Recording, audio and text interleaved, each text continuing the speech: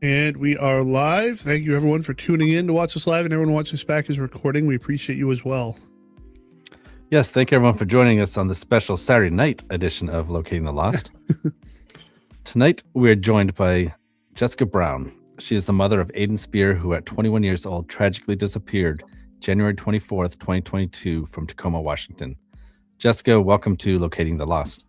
Thank you so much for having me. Thank you so much. Yeah, you're welcome.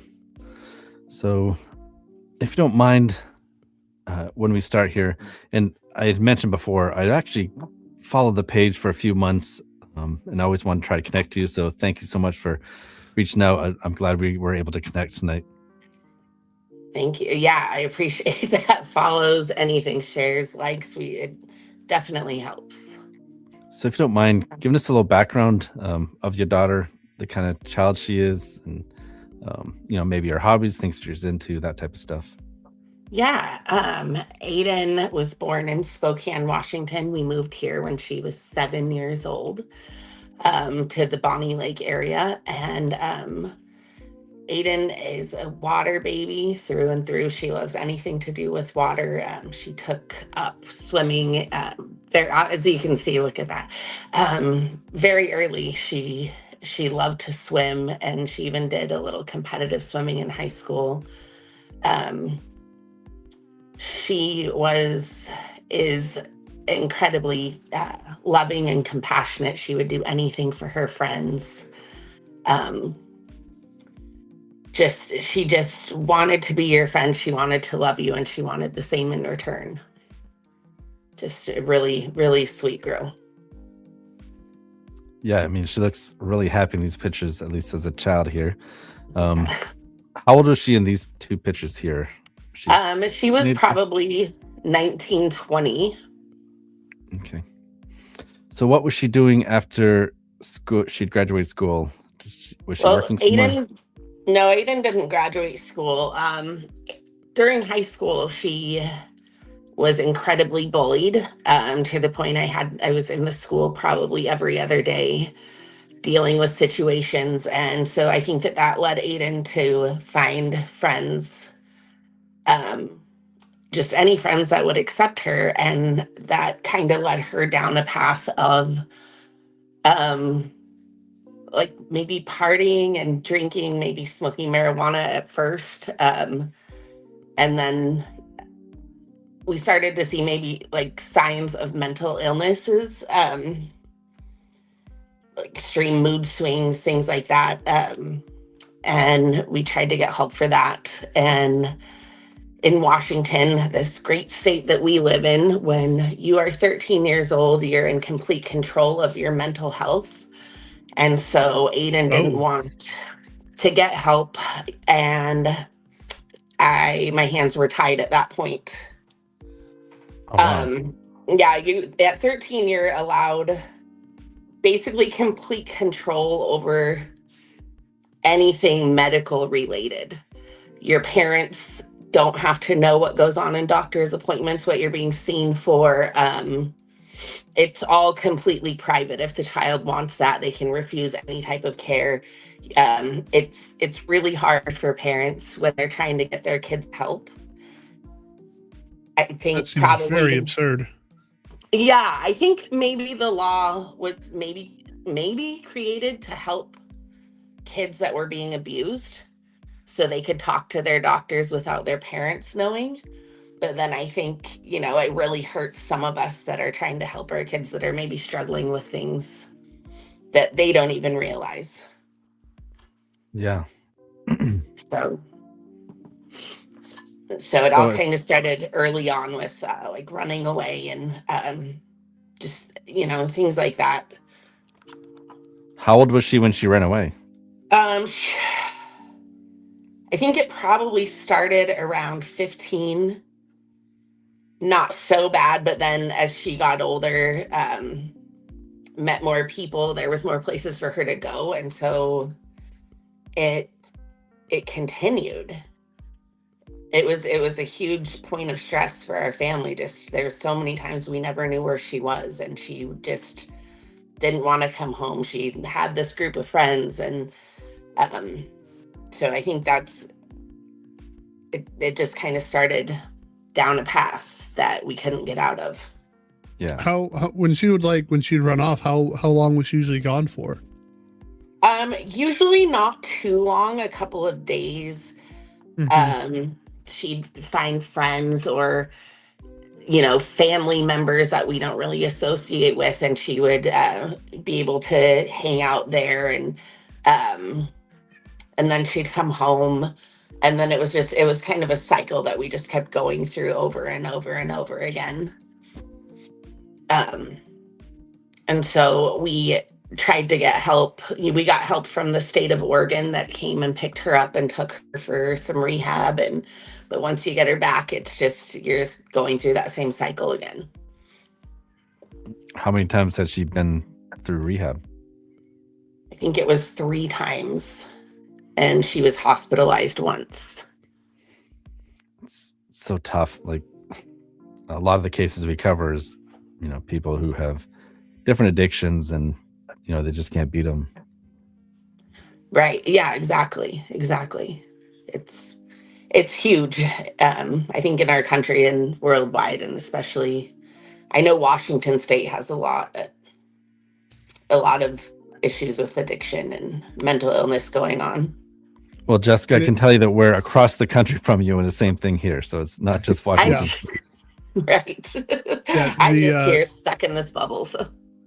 And there's a lot of these cases with missing people where it is a topic, like you said, with like addiction, and one of the negative side effects it appears to be with a lot of those cases is the lack of support for that, because whether people who are hearing about it are kind of dismissive because, oh, that's just an addict, or on the cops end of it, right, or the people investigating, like, it is unpredictable what their behavior might be because of the addiction, like where they might have gone, what could have led to that. But is it also just a dismissal on their end because they don't really care as much, right?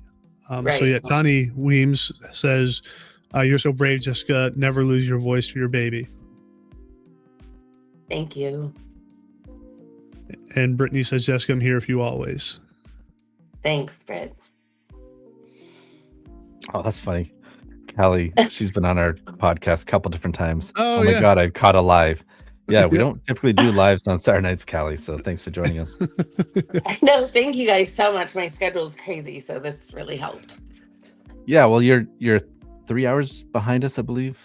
Yes. Is that what we decided? Yeah, so yes. 3 hours behind us, and obviously that's the middle of your work day when we jump on here. Exactly. So not a problem. This worked out. I'm glad this worked out tonight. Me too. Thank you. Yeah. What was her living arrangements like? Is she working or anything like that as well, or? No, she was doing, before she went missing and a little bit before that, I had found out that Aidan was, she was participating in prostitution for money. And so that's, I guess, how she was getting money, and drugs. Her drug problem became really big. In the last couple of years, she started with heroin, and it went to fentanyl, and that was the whole. It was like a rat race, and it was just doing things to get more. And that's, when we read her conversations, that was all it was. It was, do you have this? This person has this. And it was just this constant cycle to just get more. And so that's all it was. It was stealing from people and doing things that I know that she didn't want to do to feed that addiction. How did you find out about the prostitution? Did she admit that to you, or did somebody else tell you guys? She told me. Man, it had to have been a hard conversation. Yeah, it was. Yeah, it was hard. When she brought that up, was it like her saying, like, she obviously probably was very embarrassed by it? Was that her way of saying, like, I need help? Like, is that her? Well, when she first told me, no, it was she was upset. I think she was going through withdrawals, and I was trying to keep her in the car with me, and I didn't want her to leave. And so I just kept driving around, and as time went on, she would become increasingly more agitated, and that's how it spilled out of anger. Okay. But then we had, after that, we obviously had conversations about that. And so, yeah, it was definitely a hard conversation. What were the events leading up to her disappearance? Gosh, she had a couple of boyfriends, and she would date one and then they'd break up and she'd date the other one, and it would go back and forth, and they were both not very kind men. And somebody, I guess, they told her that they had a job and they could help her get a job, but they needed her to have ID, which she didn't have, and they needed her social security number. And I have always kept these things because I knew one day that she would get it together and she would need her credit to be good and not destroyed by addiction and things like that. And so I never shared those things with her. And so when she asked me for those things, I took it as an opportunity to say, like, hey, how about I take you and we'll go and we'll get an ID, and we'll have some lunch and just kind of spend the day together. We were going to go pick up her brother from school, and it was just going to be a day that we were going to spend together. And so we did all of that. We did all this running around, and we went to lunch at Azteca in Tacoma, and she told me that she didn't want to live this life anymore, and that she knew that this isn't what she was supposed to do, and she knew that it was time to kind of give it up and go to rehab. We always made sure she had our insurance so she could go to rehab whenever she decided, and she knew that. And so she said, I want to go to rehab. And she said that this was on a Friday, and she said that she had some stops she had to make and some people she had to go and gather belongings from, and that she would call me on Monday. And I was like, okay. And so I hate that I dropped her off that day, but I did. I dropped her off, and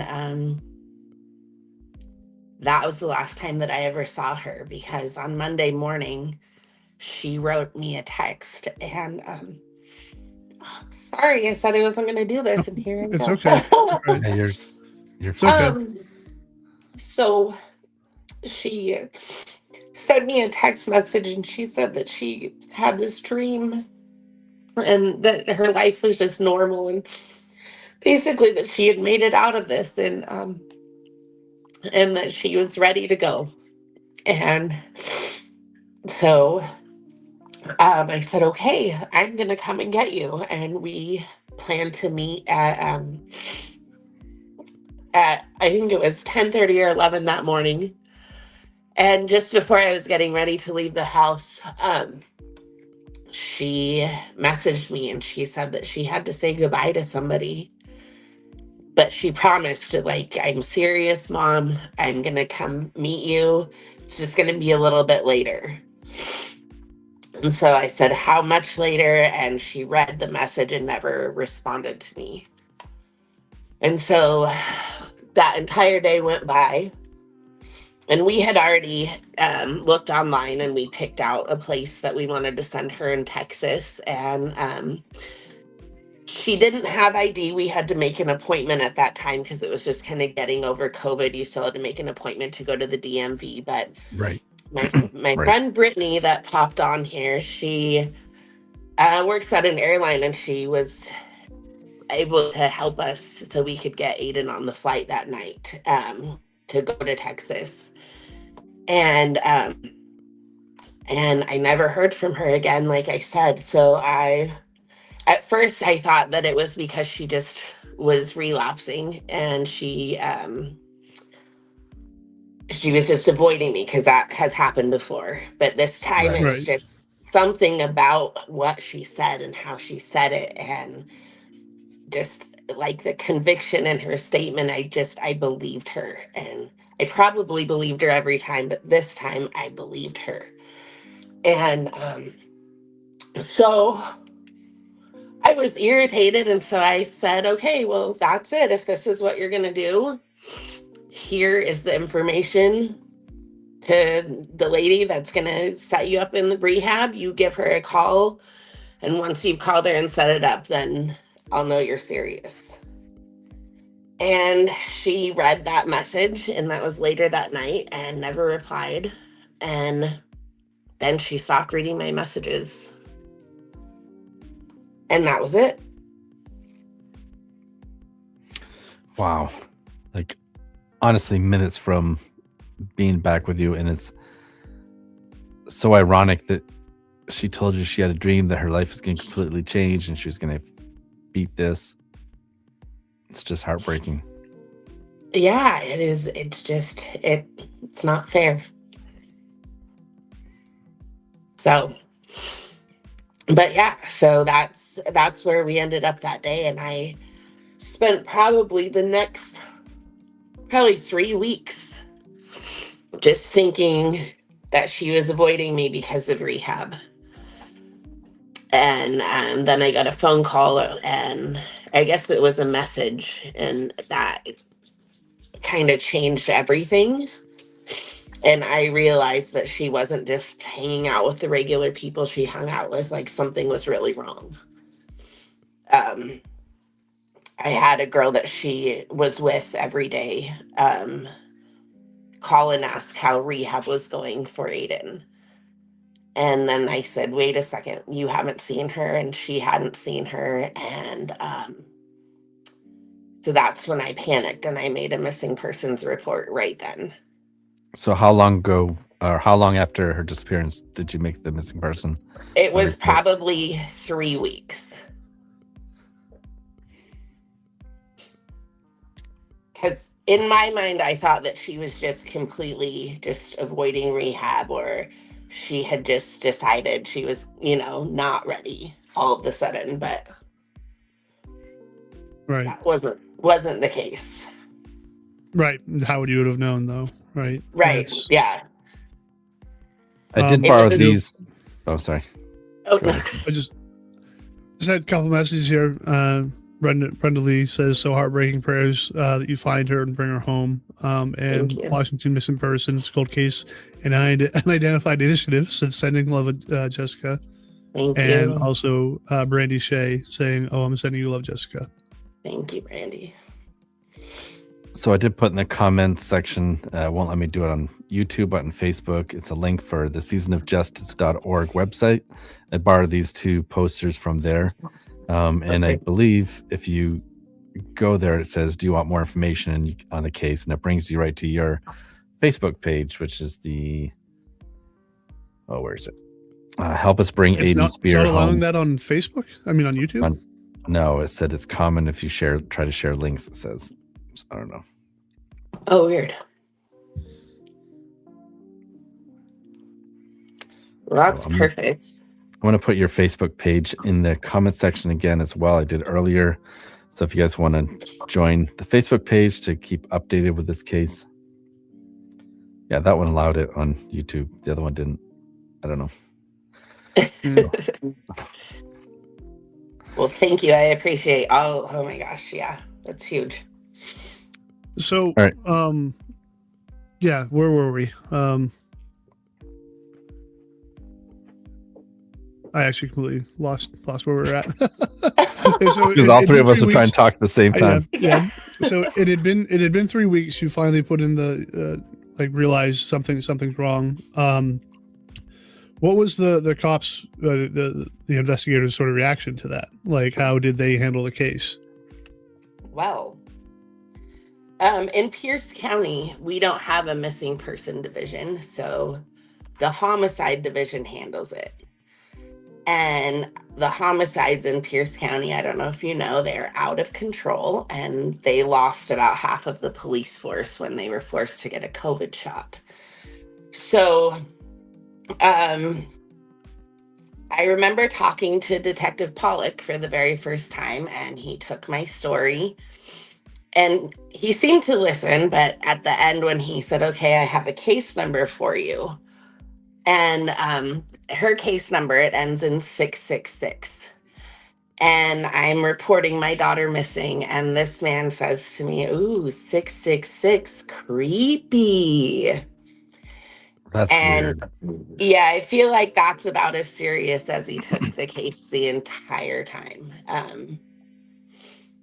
He really had no interest. I would find tips or messages, or people would tell me things, and people would date these guys who I believe are involved afterwards and experience abuse and call me with information. And so I'm like relaying all of this and sending messages, and either the person they deemed everyone basically not credible, like nobody's credible.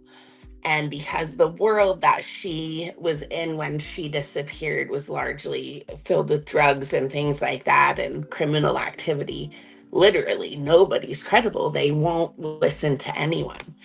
And so they're here, I'm stuck. Even though like 7 or 8 people told them the same story about this guy Oh, or these so guys, many people. So many people. but So none of many them are people. credible.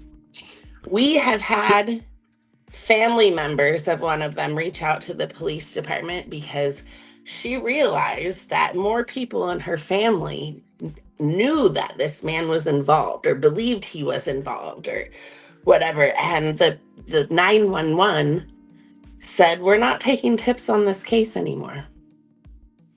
And so she reached out to me, and I was like, no way. I thought there had to be a mistake made.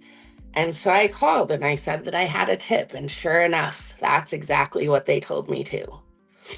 Wow. And And who was? so What was the number that you called for that? Was that the same number that we put up on there? 911, Oh, it's 911. 911. And they told Yeah. you.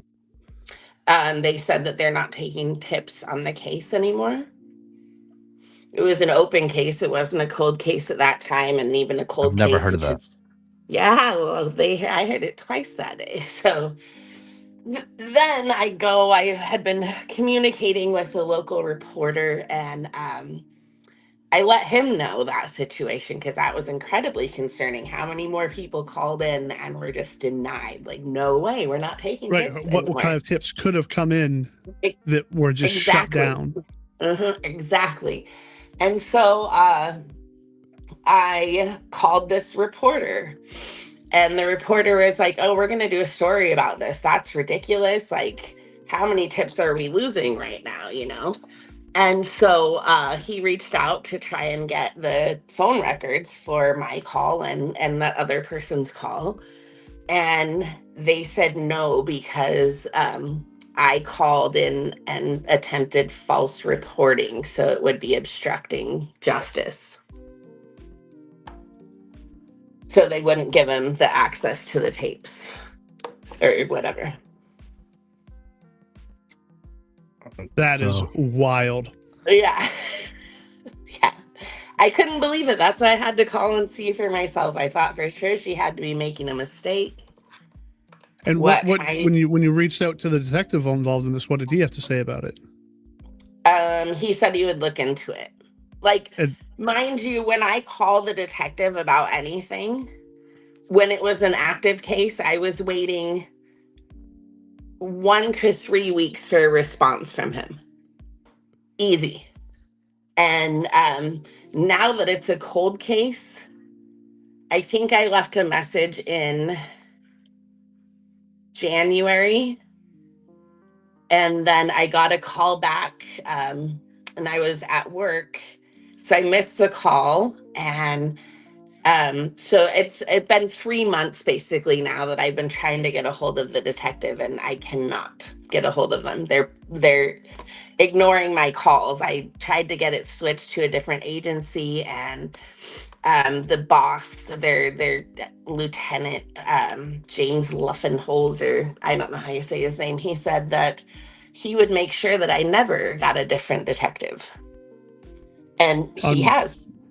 On what grounds? Why would he make sure you never got a different detective? I probably haven't been as patient with them as I should be, being dismissed. Everything that I'm saying being completely dismissed has been frustrating. So I told them basically that they're being outsmarted by addicts. And that's when that was it. Wow. I mean, I've got 911 not taking my calls. I'm waiting weeks when I have tips of people, like, you know, telling me things that I'm like, oh my gosh, please talk to this person. And it's weeks go by and I hear nothing. Like, it's frustrating. Yeah, that just blows me away. Yeah. We have a comment here that says, why does it seem like law enforcement doesn't care about missing people? It's awful that they treated you this way or that way. And Becky Edwards says, they have handled this unprofessionally. People in addiction are human too. Why is it so hard for law enforcement to understand this? They still have people that love them. Absolutely. I have said that so many times. Yeah.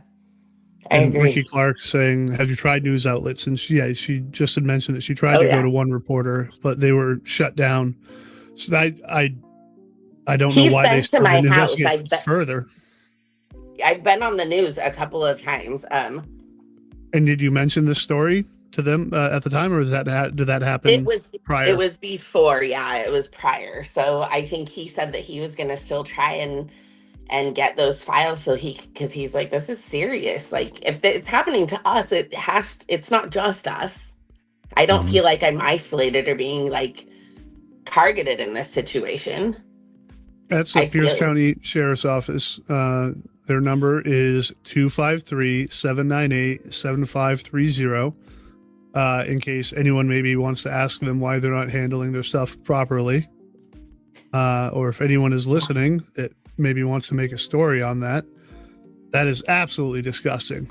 Like I'm pissed right now just hearing about it, and it's not even happening to me. I'm mad for you.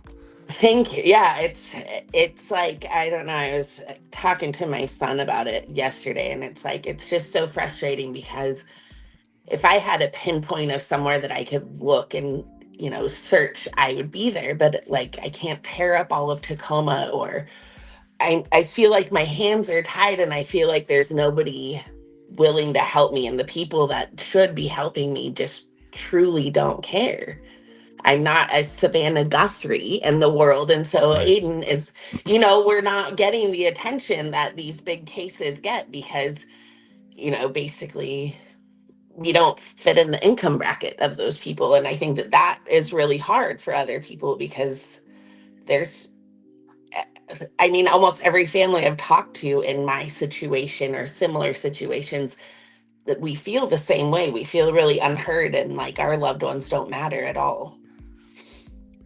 So what is some of the investigating that they did?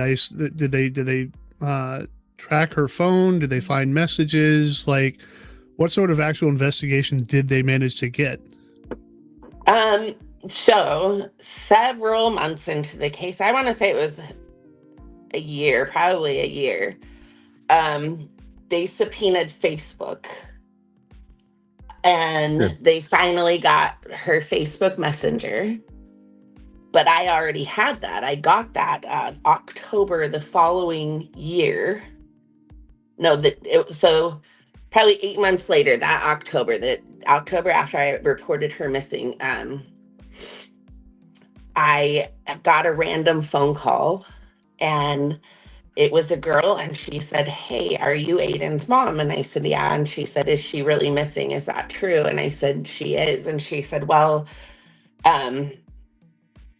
I am her friend, and I just got out of prison, and I got my phone, and she logged into Facebook on my phone, and I have her login information. Do you want it?"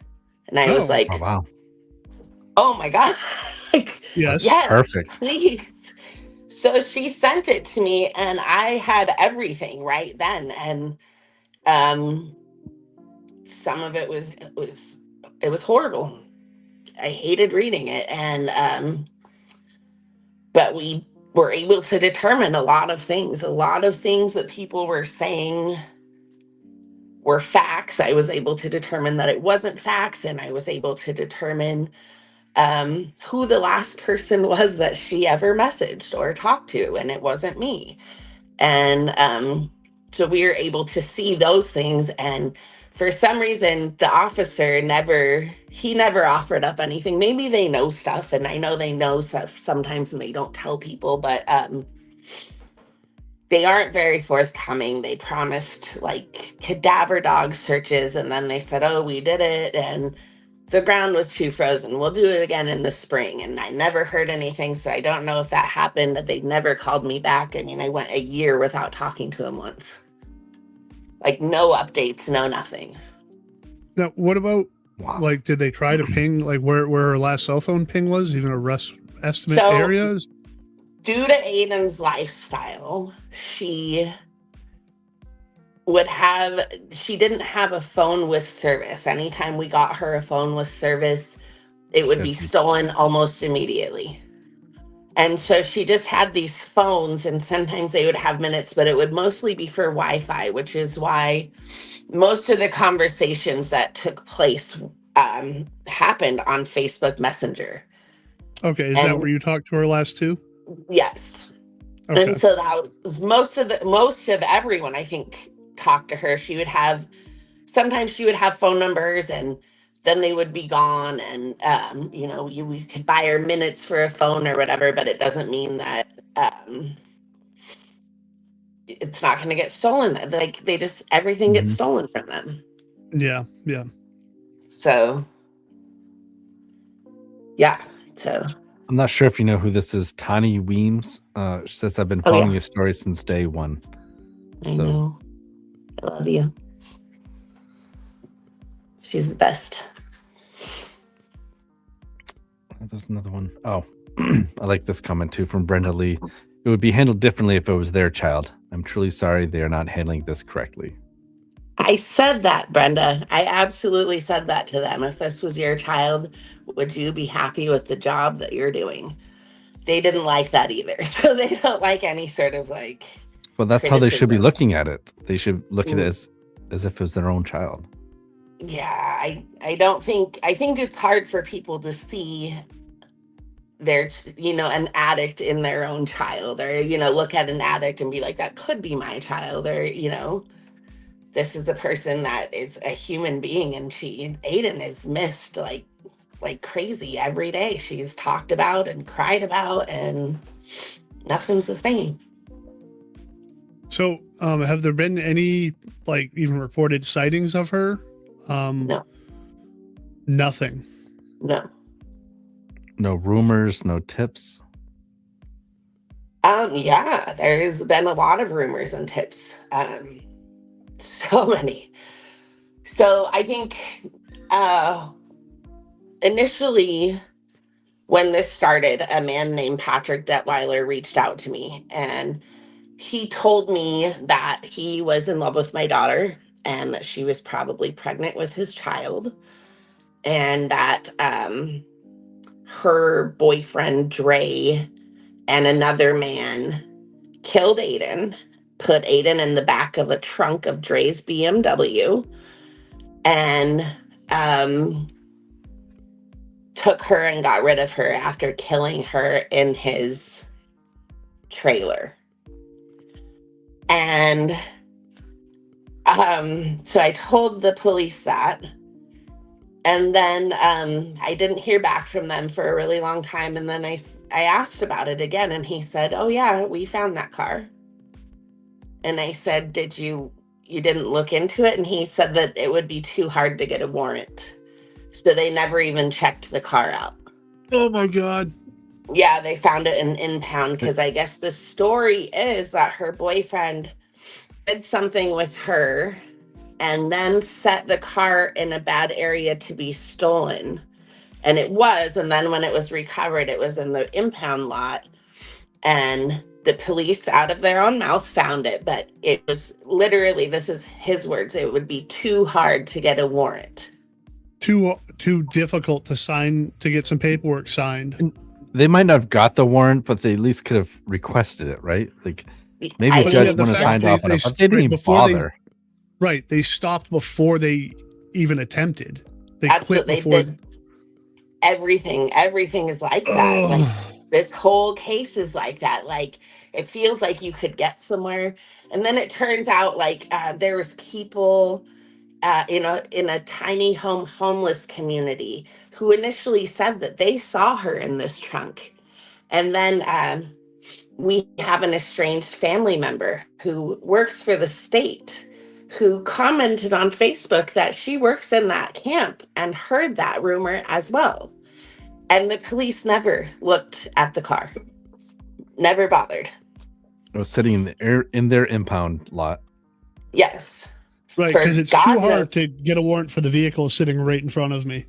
Why not just wait till he comes to pick it up and say, "Hey, do you mind if we check the trunk?" He said he looked at it. Yeah. And I don't even know that I believe that.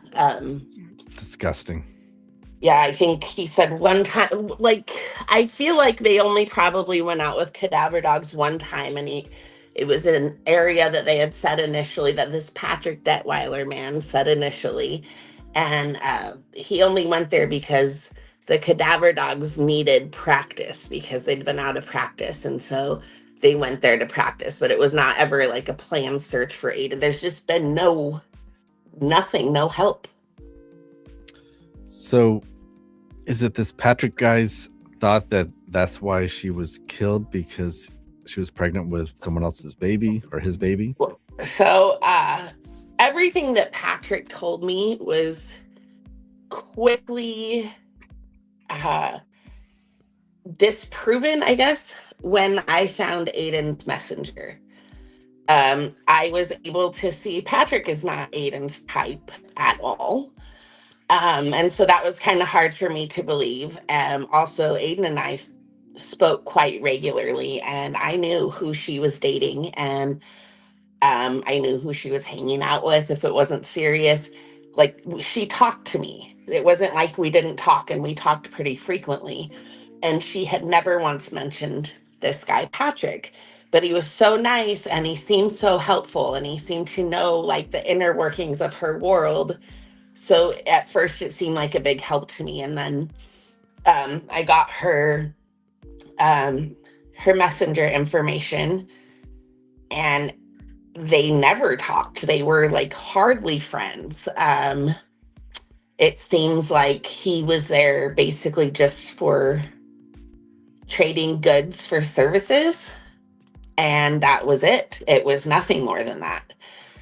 And it was then like I went on her Facebook at first to try and find anything from him, and there was just nothing. And then he all of a sudden started commenting on everything, and how could they do this to you, and all that. It was over the top, but only when he told me how in love they were. And so red flags started showing up, and he's had since a girlfriend that he tried to kill in the Vancouver area, who reached out and said that his dad died, and he had a coming to Jesus moment and told her that they killed Aidan.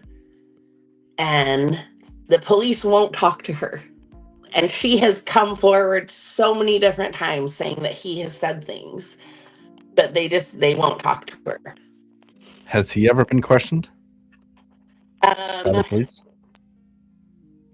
He claims that he has been questioned. I think that maybe they've had a conversation. He always says he's going to call them, but I don't think it's been like I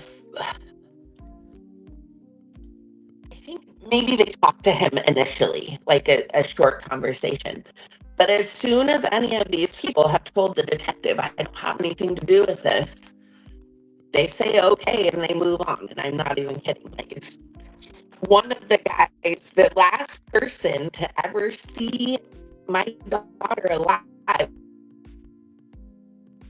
I Oh. can prove in a message, is sitting in jail and has been 4 months. And this is his second time in jail. Patrick Detweiler was just.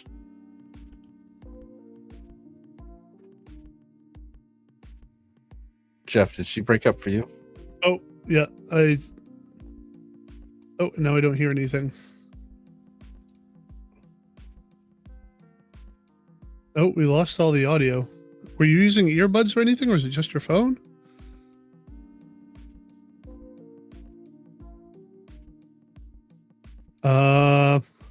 Maybe you might have to try to leave and rejoin.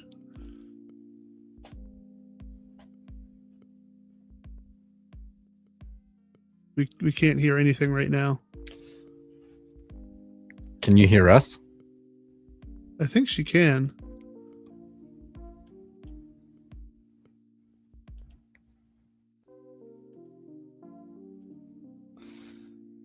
Sorry about that, guys. Hopefully she's back very soon. So tonight we're talking about Aidan Spear. She disappeared January 21st from the Hosmer area of Washington State, near Tacoma, Washington. 24 years old, currently 120 pounds, 5'6", brown hair, brown eyes. She was 21 when she disappeared. Hopefully Jessica can get back on here quickly. Yeah, I know. I'm not sure We do have some what comments started behind on dying. Oh, we got some. Am I back? Oh, it sounds like, yeah, we got you back. Yay. There we go. Okay. Let's see. Are we better Becky now? Edwards says, yeah, I think so. Complete laziness on the part of PCSO.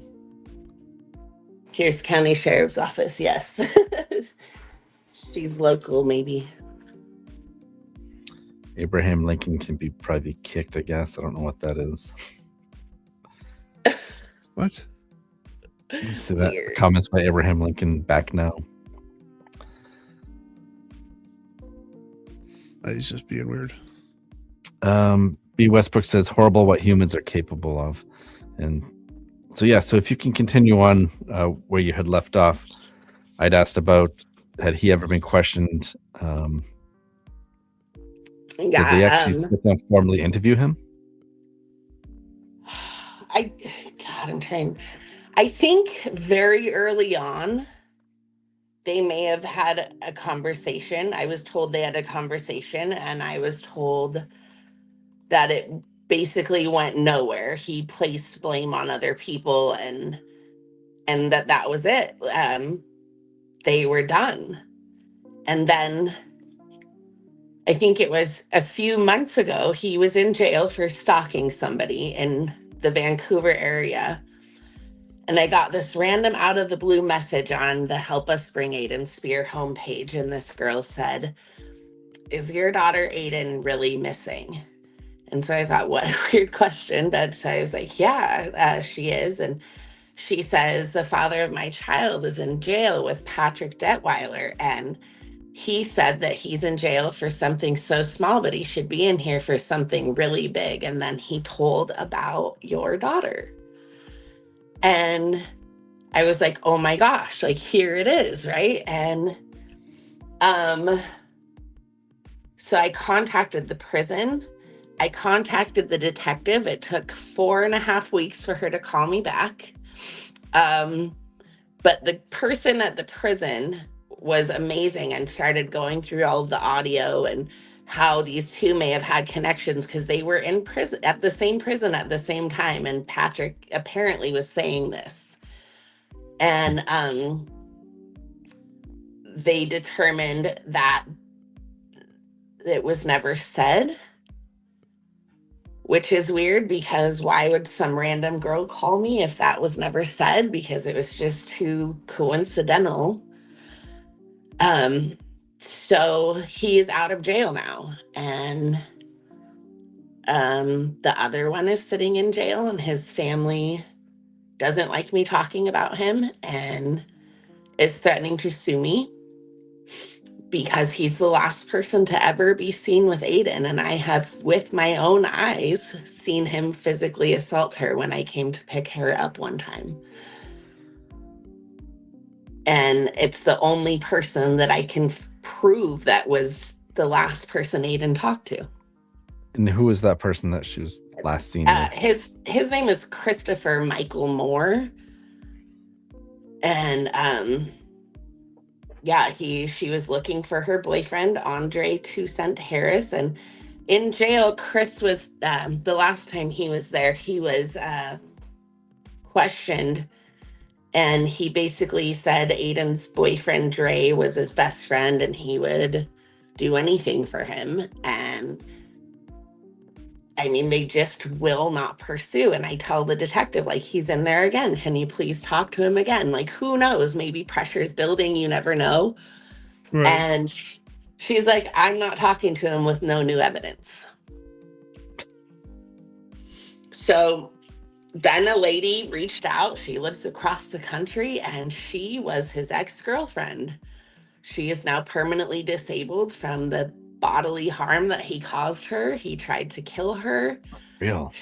She reached out to the detective, and the first question the detective asked is, how do you know Jessica? Because I think she thought I was trying to set something up. Oh my word. Yeah, let's make the family member who's grieving look like the bad guy. Let's we're not doing our job here. Yeah. Yeah. How dare they make us look like we're not doing our job while we're not doing our job. Right. Yeah, don't call them out. Like, you never know. Fucking word. So yeah. So it's just I feel like my hands are tied and I'm being tripped. Like, that's.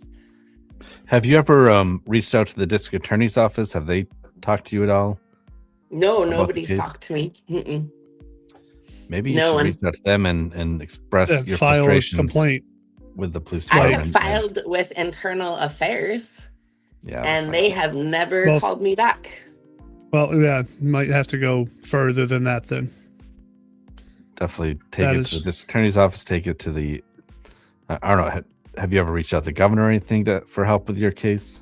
I reached out to the then Attorney General, now Governor Bob Ferguson, and was turned away. So, come on, Bob, we need your help. I know. He seems like such a good guy. But yeah, it just feels like unless you have a ton of money or a ton of backing, like nobody's going to help you. Because what are you going to do to them if they don't? I feel like, Jessica, you should be the squeaky wheel and once a week send the governor, send the district attorney's office, send whoever messages or emails every week, once a week, until they get sick of hearing from you. They finally decide they should probably do something about this. Well, okay, then starting on Monday, and I'll let you know how it goes. Yeah, I would. Honest to God. The squeaky wheel gets the grease. It's true. And send that same message to every newspaper, every news station in the area. Let them know that you're being absolutely ignored by your government. Like, it's ridiculous. It's crazy. I am a top fan of the FBI now because of how much I tag them in my posts. So that's something I guess. Tell them too. CC everyone on this friggin' and anyone that's watching this podcast right now, share this, like it, get it out to other people so they can see this. Like, that's the whole point of us being here, right? Is try and get these stories out there and get attention to these stories that don't have enough of it. So, right, it's shocking. I see stories all the time of kids missing in my area, and I'm just seeing like this random post that's weeks old, and you're just like, how does this not get so much attention? Right. This is a child. This is somebody's baby, and you're just nothing for them. Yeah. It's I don't know. I don't know. I don't get it. I never will. Becky Edwards says, I knew Aidan back then. I miss her. I wish any other agencies would do investigation into the way they're handling this. Yeah. I agree. Thank you for being here. HW8611 says, we hear this all too often. Detectives and police not taking cases seriously. And Yeah, we've got one here absolutely. from Buddy Brown saying, we will start squeaking. Hell yeah. That's I my like that. husband. Oh, is it? That's awesome. Yes, Thanks, definitely babe. squeaky wheel. Yeah. It's just, who was it? This comment here, like, that we hear it all too often. Why do we hear this so often? Like, they literally pay to serve and protect, yet they don't want to serve and they don't want to protect. No. Yeah, and we're not like anti-cop here by any means. No. No. But so many of the cases that we cover on here, it's situations like this where it's not even just like someone dropped the ball, like they made a mistake, like an honest mistake. They're just like, maybe later, that sort of attitude. Yeah, they're setting the inning out. They don't, like, it's insane.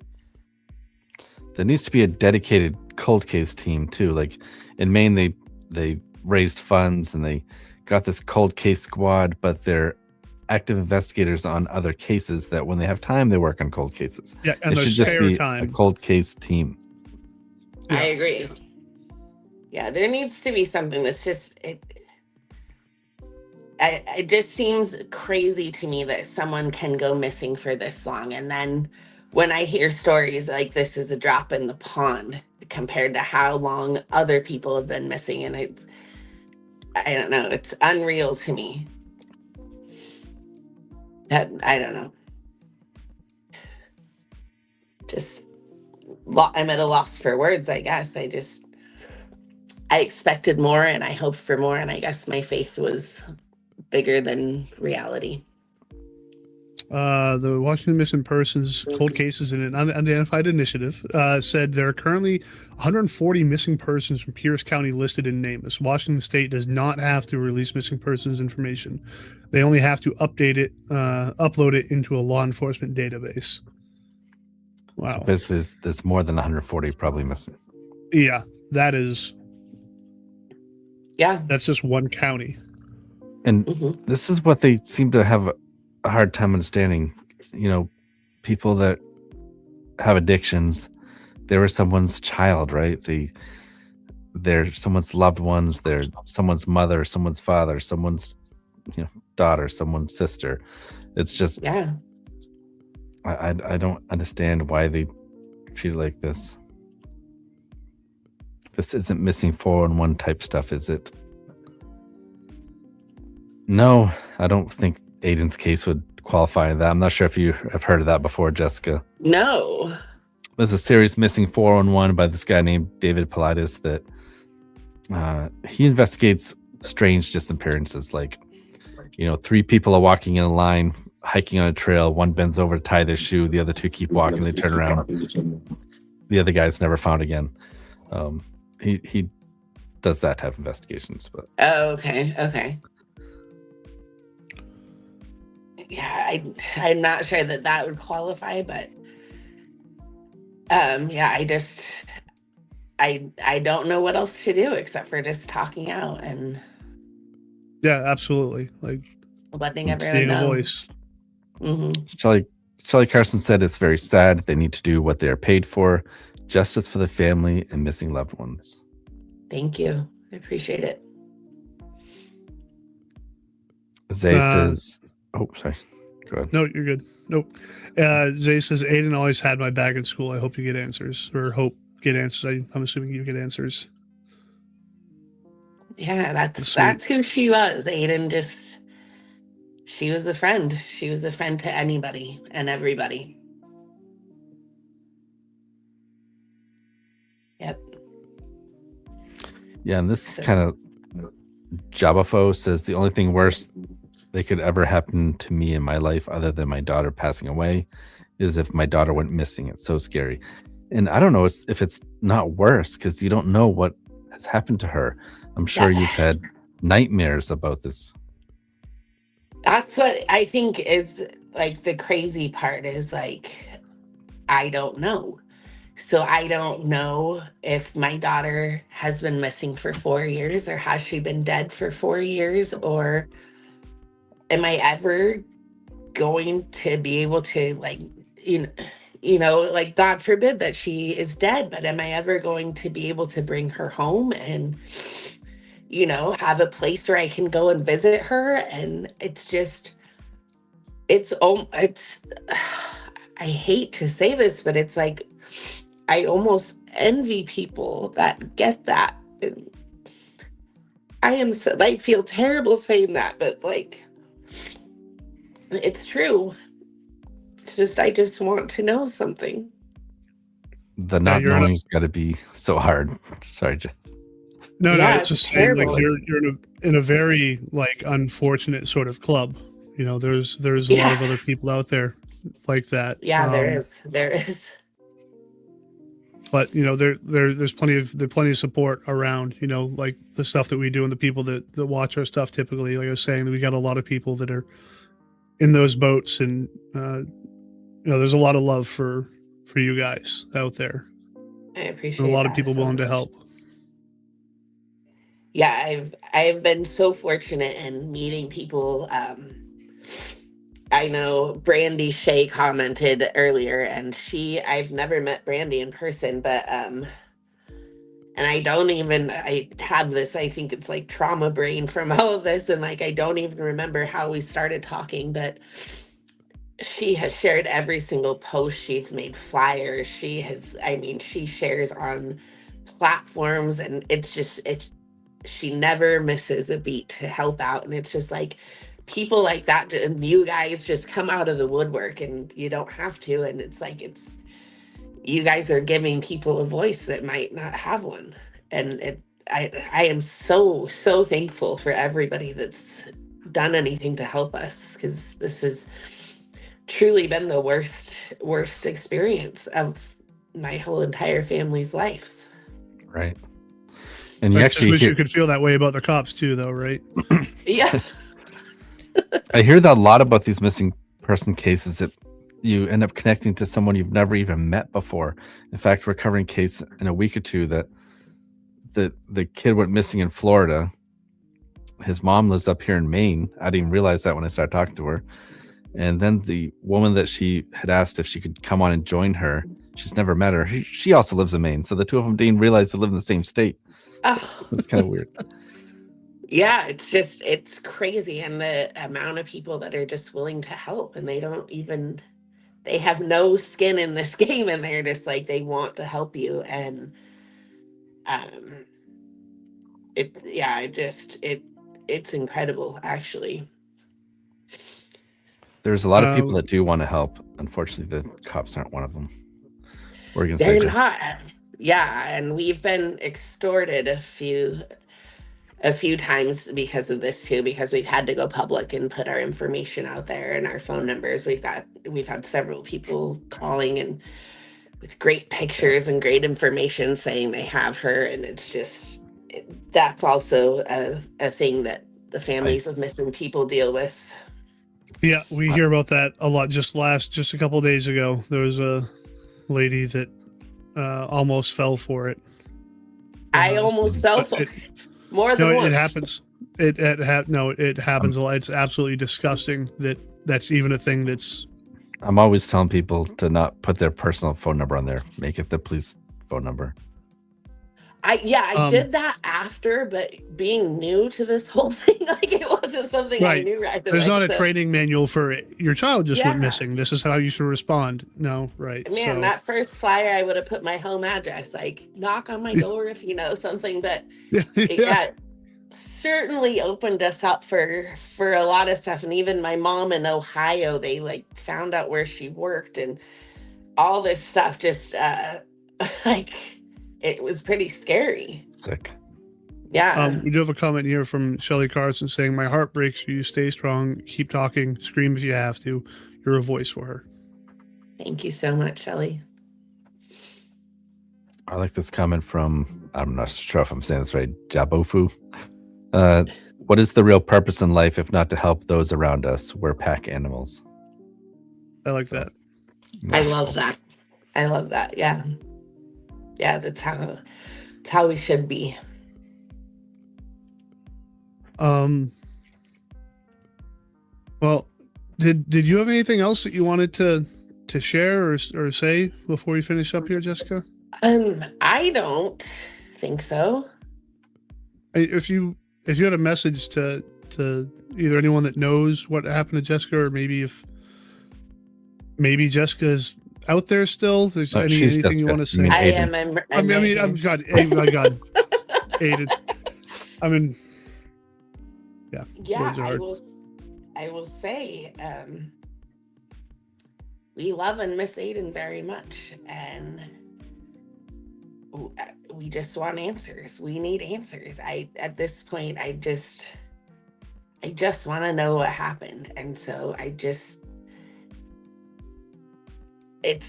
you can still come forward and you can still do the right thing, and we would appreciate it. If you know something, I don't care if it's small, if you think it's nothing, it might be something bigger than you think. So please come forward. Don't hesitate. We're not here to judge you or anything. I want to know everything. I'm going to share the Facebook page that you started to help us bring Aidan Spear home. Thank you. So that is link in the comment section there. Also, I want to add the Season of Justice website, which I borrowed these 2 posters from that you're looking at now. So thank you to them for sharing her story as well. Absolutely. Like I said, I believe if you go to their site and it says, if you want more information, you click a link and it brings it to the same Facebook page that we just linked as well. So, Jessica, thank you so much for joining us. We appreciate it. Obviously, our heart breaks for you. And if there's anything that we can do, please let us know. And if there's anything you need us to share, or if you have any updates, please let us know as well, so we can share those. Absolutely. Thank you. You guys, thanks again for having me. It's the only way I can get a big Anytime. platform. Yeah, I really, really appreciate you guys. You're doing a really good thing for people. Well, yeah, people deserve it. I agree. All right. Well, thanks again, Jessica, and thank you to everyone who's watching. We hope you all have a great rest of your night. And thank you again for always being supportive and awesome to our guests. So much love, Yeah, for sure. and we'll talk to you all later. Have a great night. Thank you. Search for 5-year-old Taylor Williams led investigators to Alabama this week. So we have some breaking news from Florida. An arrest has been made in Tonight, after connection. years of agony, a glimmer of hope for the family.